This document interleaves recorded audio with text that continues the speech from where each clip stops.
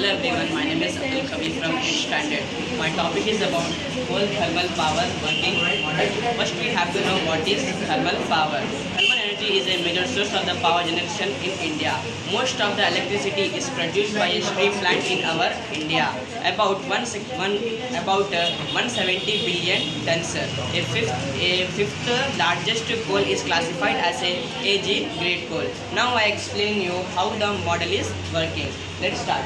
By train the coals comes from the factory, come to the factory, and the coal is transferred to a stocker. By a coal converter, the coal goes to a factory. Then it comes to the furnace. By furnace it goes to the coal burner. By coal burner it goes to the coal miler.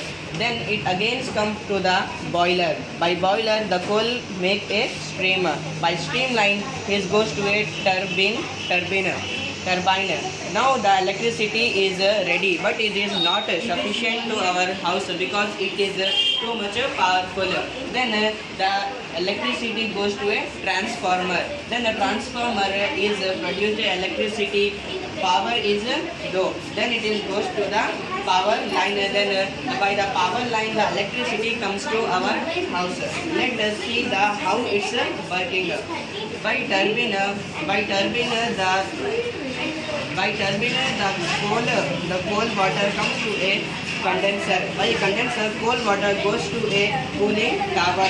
Cooling tower take the water, and the warm water comes to a cool water. Then it is again goes to the condenser. By condenser, by this pipeline the cool water goes to a water tip pump. By the tip pump the pipeline goes to this tower, and by tower his name is smoke stacker. Smoke stacker, that waste of a coal, this goes to the outside of the air. Thank you.